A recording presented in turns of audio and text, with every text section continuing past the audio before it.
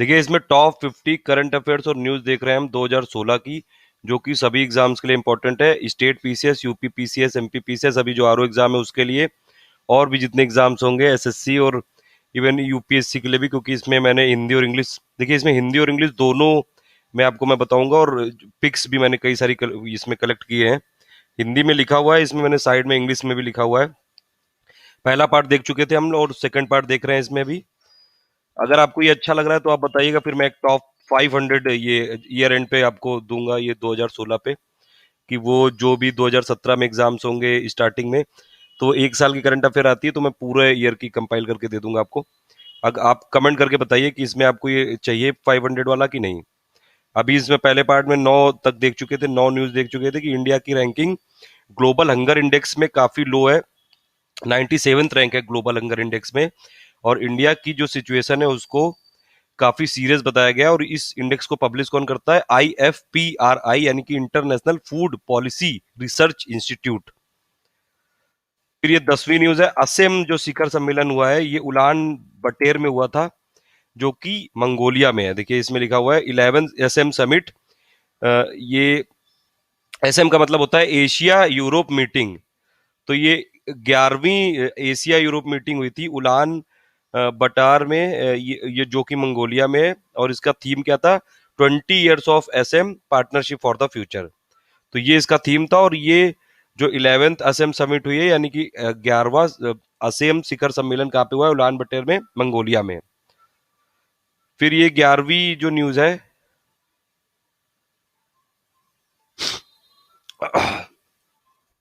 कि 11 सितंबर को, ये अक्टूबर माह में, सितंबर अक्टूबर माह में, मतलब ये पूर्वी दक्षिण अफ्रीका में किस, कौन सा तूफान आया था? पूर्वी दक्षिण यानी कि साउथ ईस्ट अमेरिका में कौन सा तूफान आया था? मैथ्यूज आया था। ये आपने देखा ही होगा न्यूज में। तो ये मैथ्यूज आया था, इसका नाम याद रखिएगा। 12वां है कि अभी देखिए ओपन डेफिकेशन फ्री के लिए काफी सारे गवर्नमेंट ऑफ इंडिया प्रोग्राम चला रही है, जैसे काफी मतलब एफर्ट लगा रही है। जैसे स्वच्छ भारत भी उसी डायरेक्शन में है कि ओपन डेफिकेशन फ्री बनाना है इंडिया को। सबसे पहला ओपन डेफिकेशन फ्री स्टेट कौन सा है? सिक्किम, आप याद रखिएगा, इंडिया का। और दूसरा कौन सा है? अभी हिमाचल। तो ये दो आप याद रखिएगा, ये दोनों state overall open defecation free हो गए हैं। लेकिन अगर आप शहरी इलाकों की बात करेंगे तो ये अभी लेटेस्ट न्यूज है कि गुजरात और आंध्र प्रदेश को अर्बन एरिया में ओपन डेफिकेशन फ्री डिक्लेयर कर दिया गया, यानी कि शहरी क्षेत्रों में गुजरात और आंध्र प्रदेश मुक्त हो गए हैं शौच से, जो खुले में शौच करते हैं उनसे मुक्त हो गए हैं। 13 है, ये महिला उद्यमिता पार्क खोला गया है अभी उत्तराखंड में। इंडिया का पहला महिला उद्यमिता पार्क, यानी कि उत्तराखंड ने लॉन्च किया। Uttarakhand state government has launch the women's entrepreneurs park of Uttarakhand on, ये मैंने न्यूज उठाई इसलिए लिखा है, तो the first industrial park in the country exclusively for women entrepreneurs. ये कहाँ पे लोकेट होगी? सीतारगंज उधम सिंह नगर डिस्ट्रिक्ट में। तो इंडिया का पहला industrial park specifically exclusively women entrepreneurs हैं, यानी कि जो महिला उद्यमिता है उनके लिए खोला गया है। और ये किस स्टेट में खोला गया? उत्तराखंड में। उत्तराखंड वालों के लिए काफी इंपॉर्टेंट न्यूज है। और उत्तराखंड में किस जिले में? सितारगंज में, उधम सिंह नगर डिस्ट्रिक्ट में सितारगंज नाम की जगह पे। तो इंडिया का पहला इंडस्ट्रियल पार्क खोला गया है उत्तराखंड स्टेट में, ये आप याद रखिएगा। अब देखिए इंडिया में नेशनल पार्टीज, जो पॉलिटिकल पार्टीज होती हैं, इनको रिकॉग्निशन देता है इलेक्शन कमीशन ऑफ इंडिया। और अभी तक इंडिया में जो राष्ट्रीय दल थे वो 6 थे, 6 थे, और अब हो गए 7, क्योंकि तृणमूल कांग्रेस, जो कि ममता बनर्जी की पार्टी है, वो उसको अब नेशनल पार्टी का दर्जा दे दिया गया है। तो अब टोटल अगर आप देखेंगे इंडिया में राष्ट्रीय दल कितने हैं, यानी कि नेशनल पार्टी इंडिया में कितनी, नेशनल पॉलिटिकल पार्टी, उसके लिए कुछ क्राइटेरियाज होते हैं, कुछ टर्म्स होते हैं कि आपको इतने नंबर, इतना परसेंट सीट कुछ स्टेटों में करनी होती है, इतना नंबर ऑफ वोट, वो मैं आपको बता दूंगा अभी अलग वीडियो में। टोटल अगर आपको चाहिए तो बताइएगा, मैं उसकी कंडीशन का एक छोटा सा वीडियो बना के दे देता हूँ कि कैसे किसी भी पॉलिटिकल पार्टी को ये नेशनल पार्टी का दर्जा और स्टेट पार्टी का दर्जा कैसे दिया जाता है।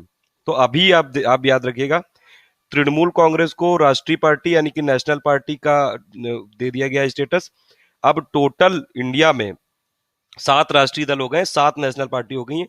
उनके नाम ये देखिए लिखे हुए हैं, कांग्रेस, भारतीय जनता पार्टी, दोनों सीपीआई पार्टी यानी कि communist party of India, communist party of India Marxist वाली, सीपीआईएम, और फिर बहुजन समाज पार्टी, यानी कि बीएसपी मायावती वाली, और एनसीपी शरद पवार वाली, national Congress, nationalist Congress party, और फाइनली लास्ट में ये सातवीं जो पार्टी बनी, तृणमूल कांग्रेस।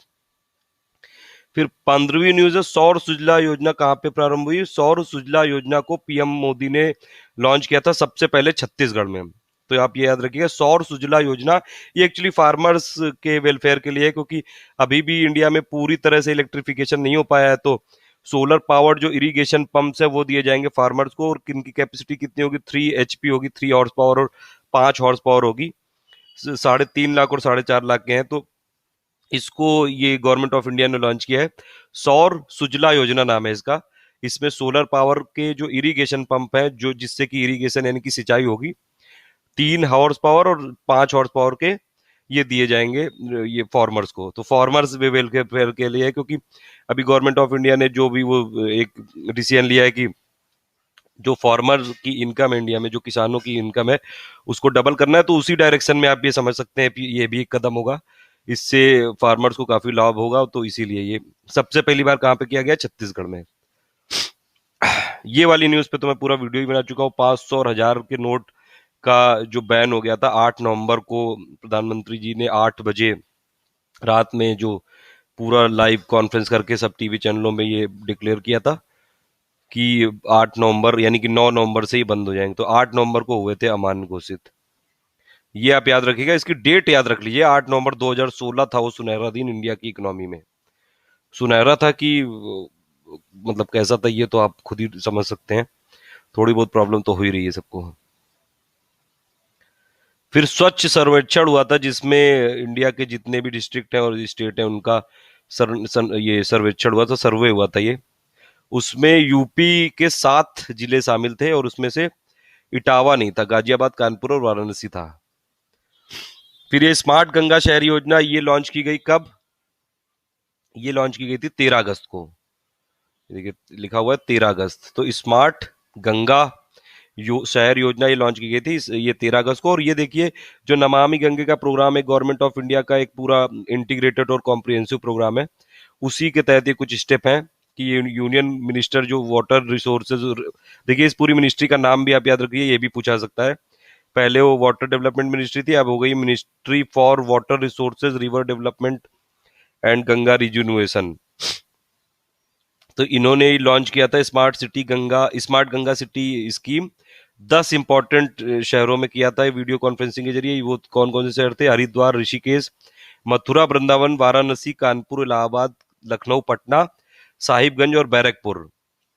और ये national mission for clean Ganga, ये जो गवर्नमेंट ऑफ इंडिया का इंटीग्रेटेड और कॉम्प्रिहेंसिव प्रोग्राम है गंगा क्लीनिंग के लिए, उसमें उसको सपोर्ट करने के लिए, उसके इंफ्रास्ट्रक्चर डेवलपमेंट के लिए, सीवेज ट्रीटमेंट के लिए इंफ्रास्ट्रक्चर डेवलपमेंट करने के लिए। और ये hybrid annuity mode based model पे होगा, जो कि पीपीटी मॉडल पे बेस्ड है। इंडिया में अभी जितने भी इंफ्रास्ट्रक्चर प्रोजेक्ट होते हैं कई सारे उस पे मॉडल होते हैं, जैसे पीपीपी है, फिर हाइब्रिड वाला है, और भी कई सारे मॉडल हैं, ईडब्ल्यूडी है, तो वो कई सारे हैं। उस पे मैं एक वीडियो बना चुका हूँ शायद, अगर आप देखेगा नहीं बनाओ तो बता दीजिएगा, मैं उसमें बना दूंगा अलग से। फिर ये 19वीं न्यूज है, 17वां गुट निरपेक्ष यानी कि नॉन अलाइन मूवमेंट, जिसका इंडिया भी फाउंडर मेंबर था, वो स्टार्ट हुआ था वेनेजुएला में, मार्गरीटा आइलैंड नाम की जगह थी, वहां पे ये हुआ था। और इंडिया की तरफ से ऐसा दूसरी बार हुआ कि इंडिया के प्राइम मिनिस्टर नहीं गए, जबकि इंडिया इसका फाउंडिंग मेंबर था। पहली बार हुआ था जब ये जनता दल से मोरारजी देसाई नहीं गए थे, तब वो इंटरिम प्राइम मिनिस्टर थे। और दूसरी बार मतलब इंडियन प्राइम मिनिस्टर मोदी हैं, और ये कोई व्यस्तता भी नहीं थी यहाँ पे, फिर भी नहीं गए। तो ये एक तरह से इंडिया का नॉन अलाइनमेंट से थोड़ा सा दूरी टाइप की है ये, क्योंकि अब इंडिया नॉन अलाइन नहीं रह गया है। इंडिया यूएस की तरह के काफी क्लोज आ गया है, और रशिया के भी क्लोज है। तो एक तरह से अब इंडिया की नॉन अलाइनमेंट वाली पॉलिसी को जो भी प्रेजेंट गवर्नमेंट है उसको इतना ज्यादा कर नहीं रही है, इतना ज्यादा इसको प्रमोट नहीं कर रही है। वैसे इसको काफी ज्यादा प्रमोट किया जा सकता है। जितने भी वर्ल्ड के जो लो डेवलप्ड इकोनॉमीज हैं, जो पुअर कंट्रीज हैं, उनको साथ में लेके 80 से ज्यादा 120 के आसपास इसके मेंबर हैं, और इसको वर्ल्ड में इंडिया इसमें लीडरशिप अपनी शो कर सकता है, और कई सारे मुद्दों पे एक पूरा एक ग्रुप बना के इसमें इंडिया की आवाज सुनी जा सकती है। तो ये है सेकंड पार्ट। थर्ड पार्ट अगर बनाना हो तो जल्दी से कमेंट कर दीजिएगा।